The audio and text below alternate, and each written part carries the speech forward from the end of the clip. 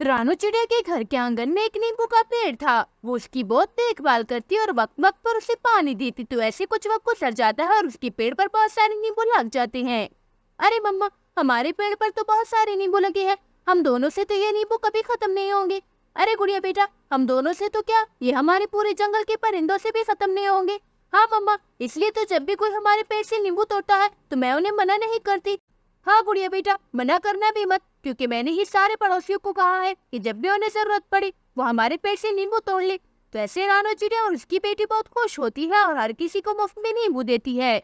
वहीं उसके पड़ोस में कालू कौवा और गोरी कौवी रहती है, जो बहुत आलसी और लालची होती है। अरे गोरी, आज मेरा नींबू का अचार खाने का बड़ा दिल कर रहा है, तो तुम जाओ और किसी के घर से अचार मांग कर लाओ। अरे कालू जी, क्या हम अपने घर में कुछ नहीं बना सकते जो मैं किसी और के घर से मांग कर लाऊं? अच्छा ठीक है गौरी, तो फिर तुम जल्दी से मुझे नींबू का अचार बना कर दो, क्योंकि मुझे नींबू का अचार बहुत पसंद है। ठीक है कालू जी, तो मैं रानू चिड़िया के घर जाती हूँ और उसके नींबू के पेड़ से नींबू तोड़ कर लाती हूँ, फिर मैं आपके लिए अचार बनाऊंगी। तो ऐसे बोलकर गौरी कभी किचन से टोकरी उठाती है और रानू चिड़िया के घर आ जाती है। वो सीधा उसके पेड़ पर जाकर बैठ जाती है और चुन चुन कर नींबू तोड़ती है, पर जैसे ही उसकी टोकरी भरती है तो उसे वो नींबू पसंद नहीं आते। अरे ये क्या, मैंने तो जल्दी जल्दी में कच्चे और बेकार नींबू तोड़ लिए। मैं एक काम करती हूँ, ये नींबू नीचे फेंक देती हूँ और अच्छे और पक्के नींबू तोड़ती हूँ। तो ऐसे बोलकर गौरी कभी वो नींबू नीचे फेंक देती है और दोबारा से नींबू तोड़ना शुरू कर देती है। अब फिर से जब उसकी टोकरी भर जाती है तो वो बोलती है, अरे ये क्या, मैंने तो फिर से कच्चे नींबू तोड़ लिए, अब मुझे दोबारा से नींबू तोड़ने पड़ेंगे। तो ऐसे बोलकर गौरी कभी दोबारा से वो नींबू नीचे फेंक देती है और फिर से नींबू तोड़ने लग जाती है कि तभी वहाँ पर रानू चिड़िया आ जाती है। अरे चिड़िया, अच्छा हुआ जो तुम आ गई, अब जल्दी से आओ, नींबू तोड़ने में मेरी मदद करो। रानू चिड़िया तो जमीन पर पड़े नींबू देखकर बहुत गुस्सा हो जाती है और गौरी कभी से बोलती है, अरे गौरी, ये तुम क्या कर रही हो, अभी के अभी नीचे उतरो, मेरे पेड़ से नीचे उतरो। तो गौरी कभी जल्दी से नीचे उतर जाती है। अरे गौरी, तुम ये क्या कर रही हो, तुमने पहले से ही इतने ज्यादा नींबू तोड़कर नीचे फेंके हुए हैं, पहले ये तो इकट्ठे कर लो फिर और तोड़ना। अरे छोटी चिड़िया, ये नींबू मैंने जानबूझकर नहीं तोड़े, ये सारे नींबू खराब है, इसलिए मैंने इन्हें नीचे फेंक दिया और अपने लिए पके पके नींबू तोड़ रही हूँ।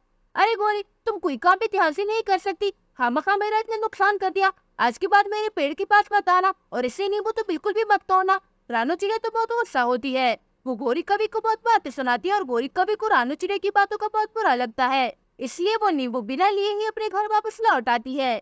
अरे गौरी, क्या हुआ, तुम तो नींबू लेने गई थी, फिर लेकर क्यों नहीं आई? अरे कालू जी, वो छोटी चिड़िया बहुत बोलने लगी है, मैंने उसके पेड़ से तोड़े नींबू क्या गिरा दिए, उसने मुझे बहुत बातें सुनाई और फिर मुझे नींबू तोड़ने से मना कर दिया। अरे गौरी, ये तो बहुत बड़ी बेइज्जती है कि जंगल के सब परिंदे उस पेड़ से नींबू खाएंगे और हम सिर्फ देखेंगे। मैं ऐसा होने नहीं दूंगा, मैं उस छोटी चिड़िया का पेड़ आज ही काट कर फेंक दूंगा। अरे कालू जी, आप कितने अच्छे हैं, आप मेरा बहुत ख्याल रखते हैं। अब मैं एक काम करती हूँ, जल्दी से अपनी माँ के घर जाती हूँ और आरी लेकर आती हूँ, उनके घर बहुत तेज आ रही है। ठीक है गौरी, तो तुम जाओ और आरी लेकर आओ। तो ऐसे बोलकर गौरी कभी अपने घर से निकल जाती है और अपनी माँ के जंगल आ जाती है। वो वहाँ से आरी लेकर अपने घर वापस लौट आती है। रात हो जाती है और कालू कौवा आरी लेकर रानू चिड़िया के नींबू के पेड़ के पास आ जाता है और आहिस्ता आहिस्ता करके उसे काट देता है। अब मैं देखता हूँ कि कैसे हमें नींबू तोड़ने से मना करेगी, जब अपना कटा हुआ पेड़ देखेगी तो वो बहुत रोएगी। तो ऐसे बोलकर कालू कौवा हंसता हुआ अपने घर वापस लौट जाता है।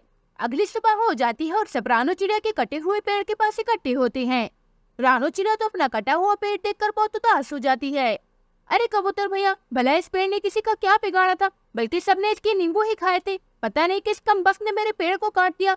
अरे चिड़िया बहन, ये तो बहुत बुरा हुआ, किसी ने आपका पेड़ काट कर बहुत बुरा किया, लगता है किसी ने आपसे बदला लिया होगा। अब आप याद करके बताएं कि क्या आपने किसी को नींबू तोड़ने से मना किया था क्या? अरे नहीं कबूतर भैया, मैंने तो कभी किसी को नींबू तोड़ने से मना नहीं किया, बल्कि मैंने खुद सबके घरों में जाकर कहा था कि अगर किसी को नींबू की जरूरत हो तो वो मेरे पेड़ से तोड़ सकते हैं। थोड़ी देर में वो सब वहाँ से चले जाते हैं। फिर रानू चिड़िया को याद आता है कि कल उसने गौरी कवि को नींबू तोड़ने से मना किया था, तो वो जल्दी से गौरी कवि के घर की तरफ निकल जाती है। वो वहाँ जाकर देखती है कि उसके घर में एक तेज धार वाली आरी पड़ी होती है। अरे गौरी कालू, सच सच बोलना, तुमने ही मेरे नींबू के पेड़ को काटा है ना? अरे छोटी चिड़िया, तुम्हें शर्म नहीं आती? एक तो तुमने हमें अपने पेड़ से नींबू तोड़ने से मना कर दिया और अब ऊपर से हम पर अपना पेड़ काटने का इल्जाम भी लगा रही हो। तुम हम पर अपने ये झूठे इल्जाम मत लगाओ।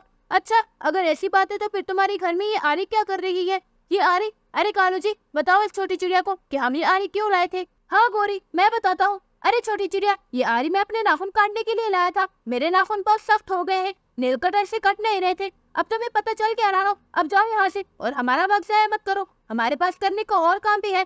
मुझे पता है कौवो, तुम दोनों ने ही मेरे नींबू के पेड़ को काटा है, पर मैं कुछ नहीं कर सकती क्योंकि मेरे पास कोई सबूत नहीं है। तो ऐसे बोलकर रानू चिड़िया उनके घर से चली जाती है और अपने घर आ जाती है। वहाँ वो अपना कटा हुआ पेड़ देखकर बहुत उदास हो जाती है और मायूस खड़ी होती है। मेरा कितना प्यारा पेड़ था जो उन जालिमों ने छोटी सी बात पर काट दिया। ऊपर वाला उन्हें उनकी की सजा जरूर देगा। रानू चिड़िया ऐसे सोच कर उदास होती है कि तभी पेड़ का एक नींबू उससे बोलने लगता है। अरे चिड़िया, इस पेड़ को उन बदमाश कौवों ने ही काटा है, मैं ये बात अच्छे से जानता हूँ। हाँ नींबू जी, मुझे पता है, पर वो कौवे बहुत बुरी है, जरा सी बात पर लड़ने लगते हैं। मैं तो उन कौवों से बहुत डरती हूँ। अरे चिड़िया बहन, मैं एक जादुई नींबू हूँ। आप एक काम करें, मुझे काट कर मेरी बीच जमीन में बो दे और फिर आप देखना, कल मैं एक बहुत बड़े जादुई पेड़ में बदल जाऊंगा और फिर उन कौवों को सबक जरूर सिखाऊंगा। तो रानू चिड़िया बिल्कुल वैसे ही करती है जैसे वो जादुई नींबू उससे कहता है। वो इस जगह पर इस जादुई नींबू की बीज बो देती है और अपने घर के अंदर चली जाती है। अगली सुबह हो जाती है। रानू चिड़िया जब अपने आंगन में आती है तो उसकी खुशियों का कोई ठिकाना नहीं होता क्योंकि उसका पेड़ दोबारा से हरा भरा होता है और उस पर बहुत सारे नींबू लगे होते हैं। अरे मम्मा देखो, हमारा पेड़ हमें वापस मिल गया और देखिए इस पर तो बहुत सारे नींबू भी लगे हैं। हाँ बेटा, ये सब जादुई नींबू का कमाल है जो हमें अपना पेड़ वापस मिल गया। ऐसे वो दोनों माँ बेटी बहुत खुश होती है। रानू चिड़िया के पेड़ के बारे में कौवों को भी पता लग जाता है तो वो दोनों जल्दी से अपने घर के बाहर आ जाते हैं और दूसरे रानू चिड़िया के पेड़ को देखते हैं।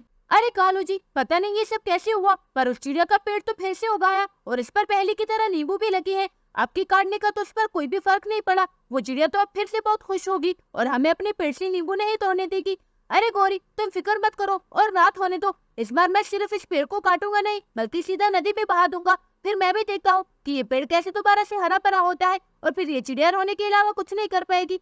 हाँ कालू जी, इस बार आप बिल्कुल ऐसे ही करना और छोड़ना मत इस पेड़ को। तो ऐसे वो दोनों पति पत्नी दोबारा से रानू चिड़िया का पेड़ काटने के बारे में सोच लेती है। रात हो जाती है और वो दोनों रानू चिड़िया के पेड़ के पास आ जाते हैं। वो दोनों जैसे ही रानू चिड़िया का पेड़ काटने लगते हैं तो अचानक से वो पेड़ बोल पड़ता है। अरे कौवो, तुम फिर से आ गए मुझे काटने। पिछली बार तो मैंने तुम दोनों से कुछ भी नहीं कहा था, पर इस बार मैं तुम दोनों को छोड़ूंगा नहीं। मैं तुम्हारा वो हाल करूंगा कि फिर से तुम कभी भी किसी के साथ बुरा करने से पहले 100 बार सोचोगी। वो दोनों तो बहुत डर जाते हैं कि अचानक से वो पेड़ कुछ बोलता है और फिर उन दोनों के पैरों में आग लग जाती है। अरे कालू जी, ये क्या हो गया? मेरे पंख में आग लग गई है। आप जल्दी से मेरे पंख पर लगी आग बुझाए। अरे गौरी, लगता है तुम अंधी हो गई हो। आग सिर्फ तुम्हारे पंख में नहीं बल्कि मेरे पंख में भी लगी है।